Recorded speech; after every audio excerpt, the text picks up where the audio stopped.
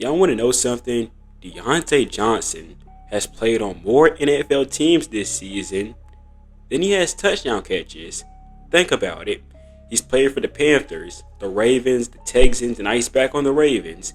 So that's 4 NFL teams and 3 touchdown catches. I've never seen anything like this in the NFL. That's kind of crazy. Why is it with all these receivers for the Steelers, they have so much solid potential and then they end up leaving the Steelers and then everything just goes all over the place? Antonio Brown kind of counts, but he's one of the best receivers of the 2010s, but he still had to crash out once he left the Steelers. Juju, he was all over the place too. He went from being a TikTok boy on the Steelers. He did win a ring, but was never that same receiver he was in his rookie year. Let's keep looking. Chase Claypool had a really good rookie year, and then after that he kind of fell off a cliff. And now you have Diontae Johnson, who was all over the place. 4 teams in one season.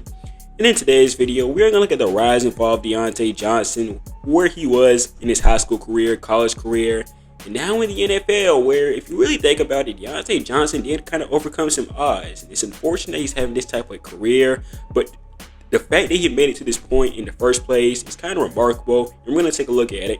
As always, before we get into today's video, I'm not going to ask you guys to subscribe to my channel, but hopefully by the end of this video, you've enjoyed the video to the point where you have subscribed.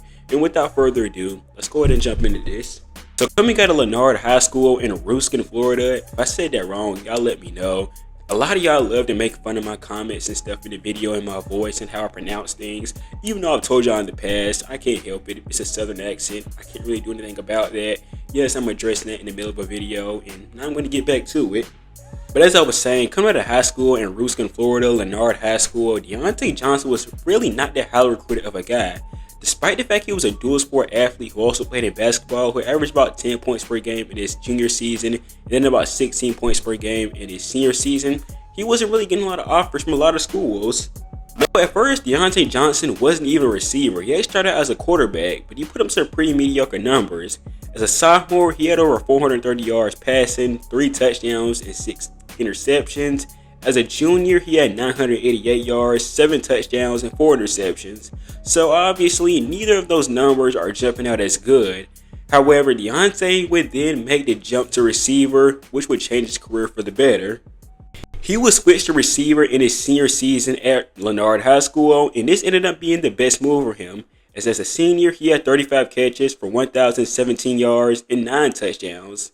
Again, not crazy numbers for the most part, but it looks like he found his potential at receiver than he would have found at quarterback. Now, as I told you before, Diontae Johnson was really not that highly recruited of a guy. According to 24/7 Sports, he was a 0-star athlete, and from what I've seen, he didn't have any major offers. He had an unofficial visit to Miami, so obviously a visit that he really took on his own, and then he had a visit from Toledo, and that was really the only school that offered him, so obviously Diontae Johnson would take the offer and he would commit to Toledo.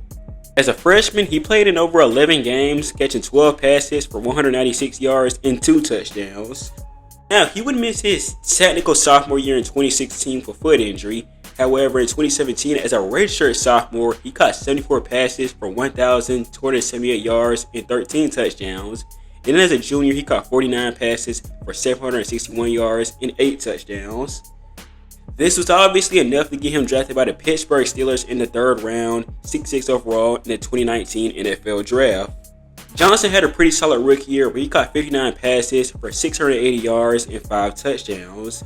He would obviously improve big time in 2020 when he caught 88 passes for 923 yards and 7 touchdowns. Johnson, for the most part, that was pretty solid. However, he had a big drop problem during this same season with the Steelers, as he had about 16 drops overall, which is one of the highest in the league. But he would slowly improve on that over the next coming years for the Steelers. And I also forgot to mention, he was actually named to the NFL All-Pro second team in 2020 as a returner. I didn't even know about this. Either I knew about it and forgot it, or just didn't know. So now you know. But Johnson would improve in 2021. He caught 107 passes for 1,601 yards and 8 touchdowns. And his drop rate was a lot better. It was about 3.4%, which is one of the lowest in the league. So that drop problem was slowly going away. Now, this is where the problems with Diontae Johnson would start to occur. He was getting dissatisfied with the team, specifically the quarterback problem with the team. As we all know, after Big Ben retired, the Steelers were having quarterback issues all over the place. They had Kenny Pickett, Mitch Trubisky, Mason Rudolph, and that was kind of the basic quarterback room for the team. And Diontae Johnson, he became dissatisfied with this. And this is where the trade rumors with the team would start to heat up for the most part. But obviously, he would still be with the team in 2022, and he caught 86 passes for 882 yards, but 0 touchdowns. And he set the record for the most receiving yards without a touchdown catch. Remarkable for the most part. And then in his final season with the Steelers, he caught 51 catches for 717 yards and 5 touchdowns. So he finally saw the end zone again. Remarkable that he even didn't meet the end zone and had all the receiving yards in 2022. But even while Diontae Johnson improved big time from last season and put up his numbers a lot, he was still dissatisfied with the team. The quarterback problems were still occurring. Kenny Pickett, Mitch Trubisky, Mason Rudolph, it was all over the place, as I said before. And you could even see Diontae Johnson on some plays just completely giving up. And you could clearly see that he was dissatisfied with his role with the team. And while his numbers weren't necessarily bad, you could clearly tell that they weren't where Diontae Johnson wanted them to be either. So like I said before, there was a lot of issues with Diontae Johnson during his time with the Steelers. Things that could have been fixed, but also things that Diontae Johnson could have just, done better at, honestly. I'm pretty sure nobody blames him for the constant quarterback problems the Steelers had. Not putting in the effort is a you problem, and teams are going to look at this, and they're going to constantly keep track of this, and they're going to look at you and say, okay, this guy's clearly a problem. Well, the team's having quarterback issues. You not putting in the effort is a you problem. Let's look at Malik Neighbors, for example. He had to go through Daniel Jones, Tommy DeVito, and most recently, even Drew Lock and Tommy Boyle. However, he still put up some pretty good numbers, and he was always putting in the effort with any quarterback he played with. So you have to look at that example and say, okay, sometimes you got to look at this and say, okay, the quarterback problem isn't good, but also I got to know I still got to put in the effort, and I still got to go to work, like Malik Neighbors did. So Diontae, if he knew this before, well, he probably would have made a lot more money. Johnson would finally get his wish in 2024 as he was traded to the Carolina Panthers to pair up with sophomore quarterback Bryce Young. Johnson was expected to be the receiver that kind of broke out Bryce Young and helped him improve from his rookie season, but Diontae Johnson would not become that guy. He only caught 30 passes for 357 yards and 3 touchdowns during his time there before he eventually got traded to the Baltimore Ravens. Then just before the NFL trade deadline, he would be traded to the Baltimore Ravens.